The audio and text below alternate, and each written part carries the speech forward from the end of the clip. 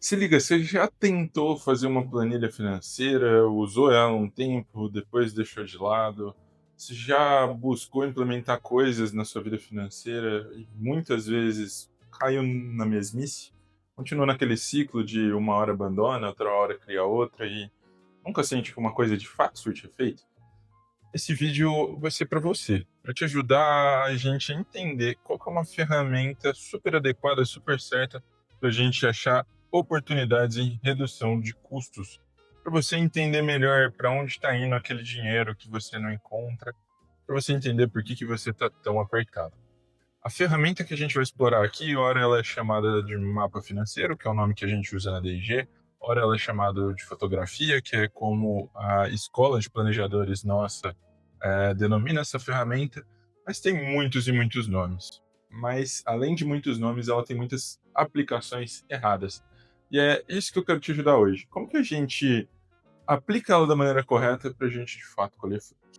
Antes de eu abrir o PC, compartilhar a tela com você e construir isso junto, eu queria que você deixasse aquele like e se inscrevesse na moralzinha. Isso ajuda demais o canal a ser impulsionado para mais pessoas e o YouTube entende que está sendo relevante para você e ajuda. Se você está na TV, é só você clicar para cima aí no seu controle, já vai aparecer o nome do canal, você clica no canal, se inscreve, dá para fazer tanto pela TV, pelo celular ou pelo Note, tranquilamente e de verdade. Eu agradeço muito você que já é inscrito, que vem acompanhando os vídeos, tá bem? Então, bora que esse tá bem bom na massa do jeitinho que você gosta. Primeira coisa que eu tenho para te falar é que você vai aprender uma ferramenta bem legal agora.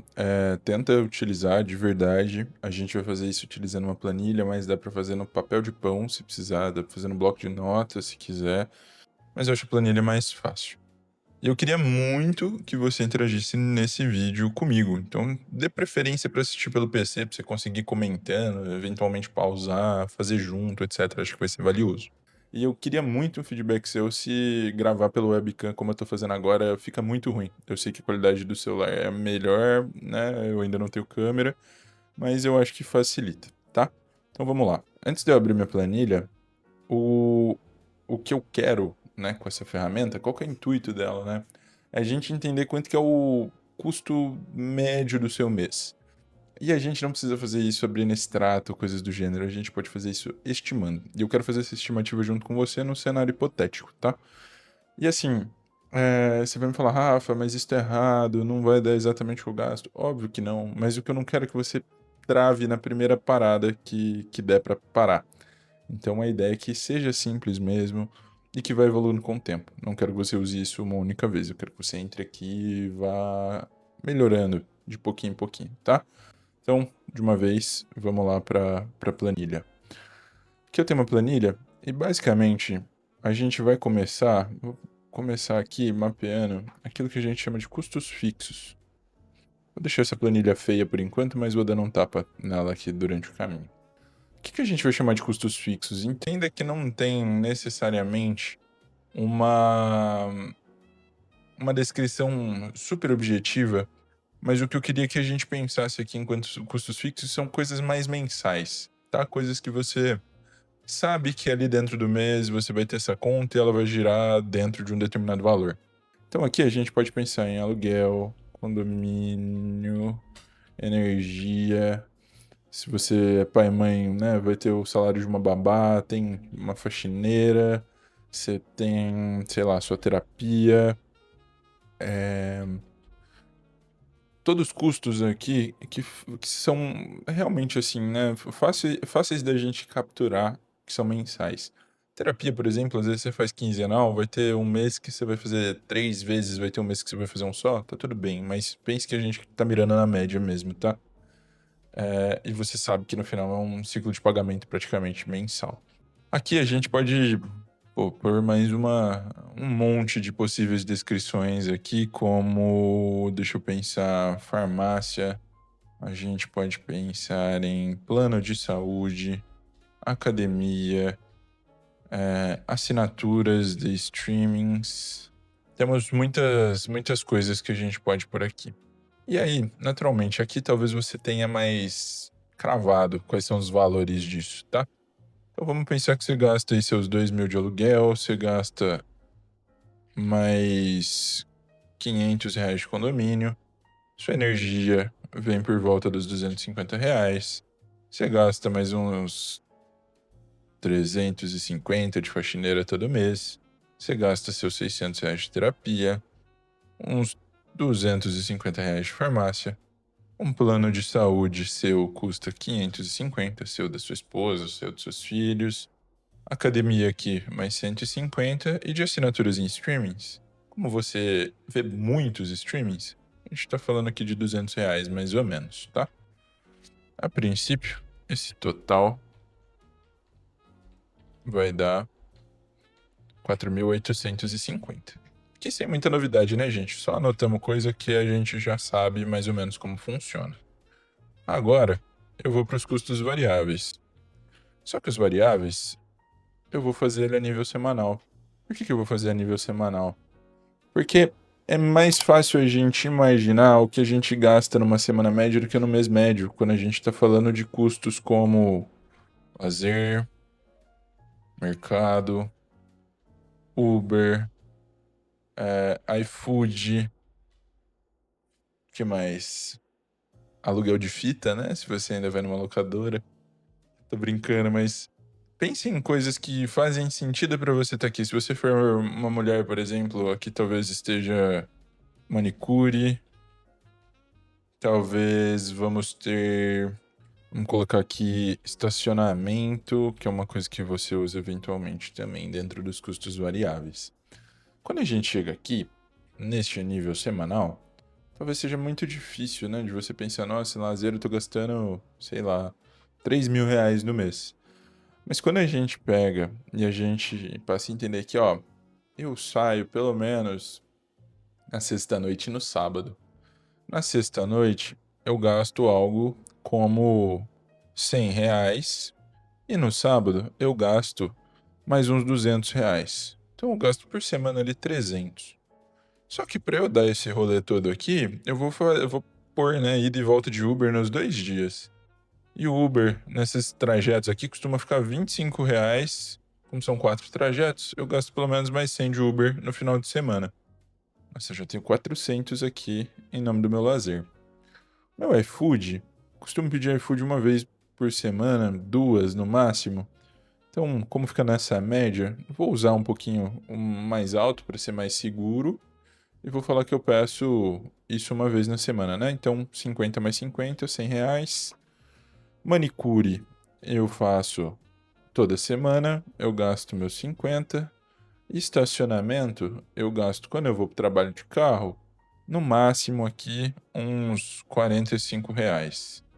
E de mercado, minhas compras costumam ficar em torno de 300 também.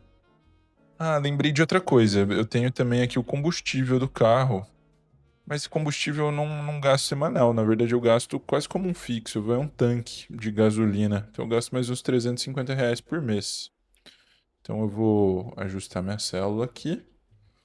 Eu vou, por enquanto, entender que esse é o meu total dos meus custos variáveis.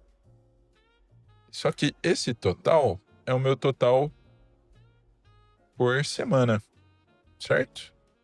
Como eu quero o meu total por mês, eu vou multiplicar isso daqui por 4,5, porque tem semanas que são 4 semanas, tem semanas que são 5 semanas, e eu acho que aqui a gente já tem uma visão adequada. E aí você pode pensar, nossa, isso é muito básico, né? Já tinha feito isso em outros momentos, já tinha feito esse exercício. Só que a gente também não pode esquecer que aqui a gente tem outra categoria de custo que a gente chama de custos sazonais. E os custos sazonais eu vou pensar como se eu gastasse anualmente. Sazonais. Anuais.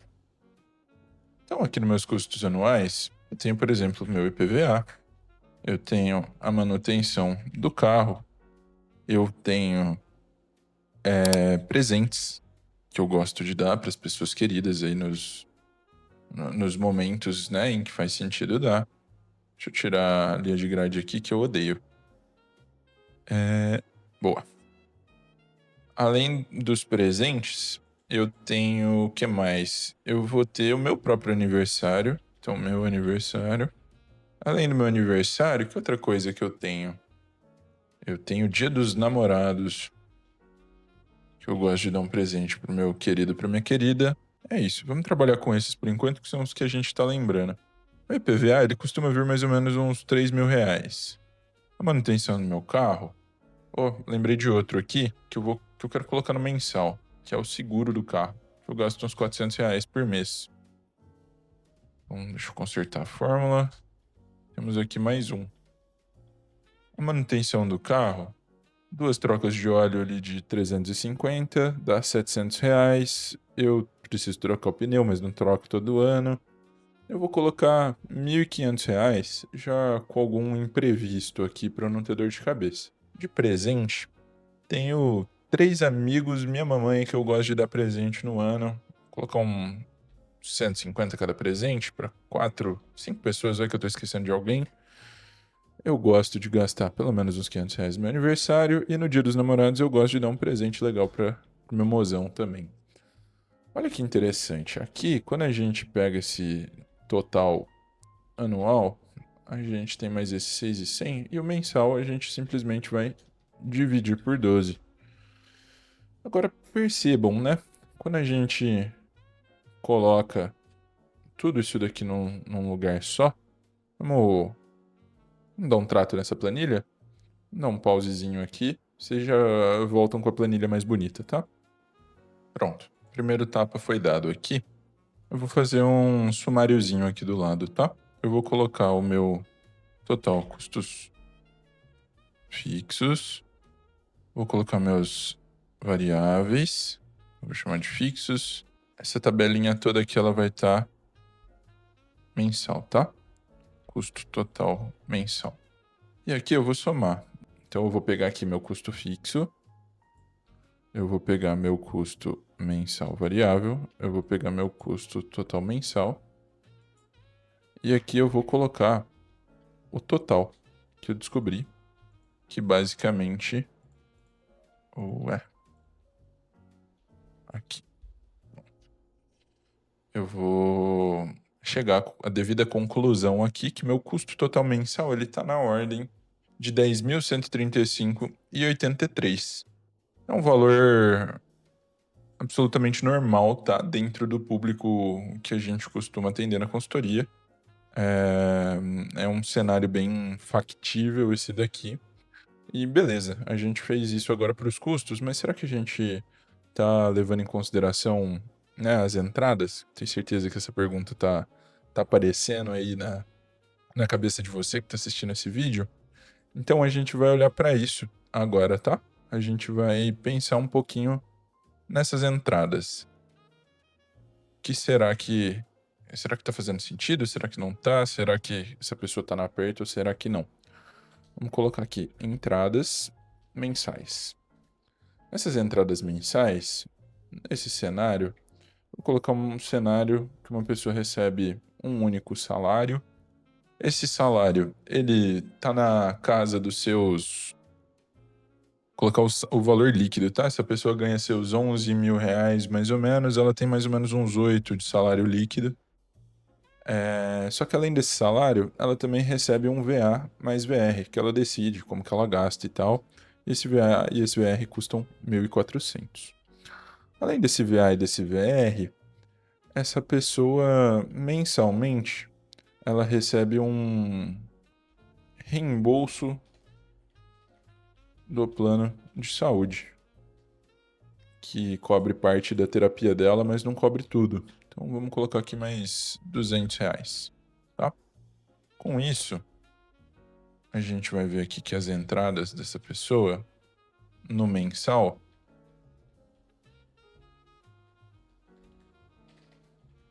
total de entrada soma 9.600. Quando a gente pega esses 9.600, né, aparentemente essa pessoa está tirando dinheiro da reserva para pagar o mês. Só que a gente precisa lembrar que além das entradas mensais, ela tem algumas entradas aqui que são sazonais. Que entradas são essas daqui? A primeira é férias. A segunda é o 13º. E ela tem PLR ou bônus uma vez ao ano, tá? Essas férias dela, Deixa eu já descer uma linha aqui. Essas férias dessa pessoa, normalmente é 40% a mais do salário. Então, 1,4 vezes o salário menos 8.000, dá 3.200 aqui de férias. O 13º, ela basicamente vai receber um salário a mais. E o PLR, ela está recebendo 2 salários, tá? Ou seja, anualmente, ela está recebendo um total de 27.200. Deixa eu escrever aqui para você não esquecer que isso é anual. O que quer dizer que total de entrada, total sazonal mensal, é esse valor aqui dividido por 12, tá? Então essa pessoa ganha aqui mais 2.266 por mês, mais um total de entrada. Quando a gente vem aqui e pega esse total de entrada que a gente passou a construir, a gente vai ver que a gente somando isso, essa pessoa vai ter 11.866 de entrada total no mês. Só que o custo mensal dela tá em 10. E você fala, nossa, essa pessoa tá muito bem, ela tá guardando quase 2.000. Só que aqui, gente, lembra que a gente fez esse mapeamento de uma maneira muito simples, bem direto ao ponto? Só que a gente tá esquecendo de uma coisa bastante importante, que é a gente colocar uma margem. Até porque a gente pode estar esquecendo aqui de alguma coisa, a gente pode estar subdimensionando. E como diria meu querido professor Amuri, a vida é bastante criativa quando se trata de emergências e questões. Então eu vou fazer um custo total com margem, tá? E eu vou aplicar uma margem de 15% neste total de custo. Quando eu aplico esta margem, eu chego à seguinte conclusão de que esta pessoa que chegou até a consultoria reclamando que sentia sempre a vida bastante travada, que sentia que as coisas não iam nem para frente nem para trás, ela estava bastante coerente com essa sensação que ela estava tendo. Por que ela estava coerente? Porque quando a gente pega esse total do anual dela e subtrai do custo que a gente fez com a margem, a gente vê que está sobrando R$ 210 mensais, que é muito pouquinho perto do estilo de vida que essa pessoa tem, né? Se ela, por acaso, pedir um iFood a mais no mês, se ela, por acaso, tiver um presente de aniversário a mais, aqui ela acaba se enroscando. Algo bastante comum nesse cenário aqui são casamentos, né? Que a gente acaba esquecendo no meio do caminho e a gente acaba tendo que dar presente, fazer viagem, etc. E a gente acaba, né, subdimensionando. Mas olha que interessante. Olha que visão ampla que essa pessoa passou a ter sobre a própria vida financeira. Ela agora pode olhar com bastante critério e entender se essa assinatura de streaming faz sentido ou não, ou se seria melhor ela maratonar uma série e depois cancelar, depois assinar um outro lugar e assim reduzir coisa como. Vou até dar um Ctrl V aqui pra gente lembrar que era esse o total mensal anterior, tá? Mas com algumas intervenções simples que eu faria se essa fosse minha conta.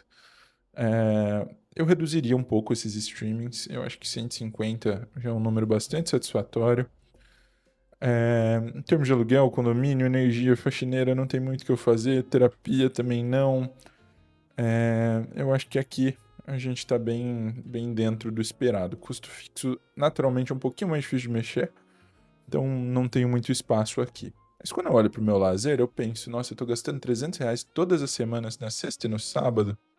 Será que eu não consigo ir um pouquinho mais de cautela e baixar, pelo menos, para R$ 100 cada uma dessas saídas? Ou priorizar quando eu tiver que fazer outra coisa? Então eu vou descer aqui para 200. O meu mercado, que é semanal, tá tranquilo. O meu Uber, se eu sair uma vez a menos na semana, é uma vez a menos, que impacta bastante aqui, mas vai que isso não acontece toda semana, eu vou pôr um intermediário, iFood eu vou cortar, manicure tá tranquilo, estacionamento tá tranquilo. Olha com pouquíssimos ajustes, como o nosso total mensal teve uma variação absurda, sem a gente pensar num grande mudança de estilo de vida. Queria mostrar isso pra você hoje, porque às vezes a gente acha que a gente precisa de uma coisa muito megalomaníaca para ajeitar a nossa vida, quando na verdade a gente poderia, né, trazer um pouco mais de simplicidade e conseguir ter clareza nas tomadas de decisão. Então, para você que está aí perdendo tempo com fatura de cartão, classificando linha a linha, vai num jeito mais simples, que eu tenho certeza que isso vai te ajudar demais. Eu gosto muito de usar essa ferramenta quando a gente precisa montar cenários também. Vou mudar de casa, o que que acontece com a minha alimentação, se meu aluguel subir tanto, o que que acontece com outras coisas, e assim a gente vai brincando. E a gente consegue ter uma clareza muito melhor do que a gente pode fazer dentro da nossa vida. Nota, isso daqui não é útil para a gente acompanhar o mês a mês. E a gente nem quer isso com essa ferramenta. Mas a gente quer que essa ferramenta seja utilizada para a gente entender estrategicamente para onde está indo nosso dinheiro, como que a gente pode fazer para dar um destino melhor e com mais consistência. O mais importante é que esse plano seja revisto vez após vez. Você vai começar a lembrar de coisas depois que você aplicar a primeira vez e com certeza vai gozar de mais tranquilidade no seu dia a dia se você fizer isso bem feito, tá bom? Me conta aqui, esse vídeo foi útil? Acho que ele veio num formato diferente dos últimos dias. Eu espero que você tenha gostado. Nos vemos.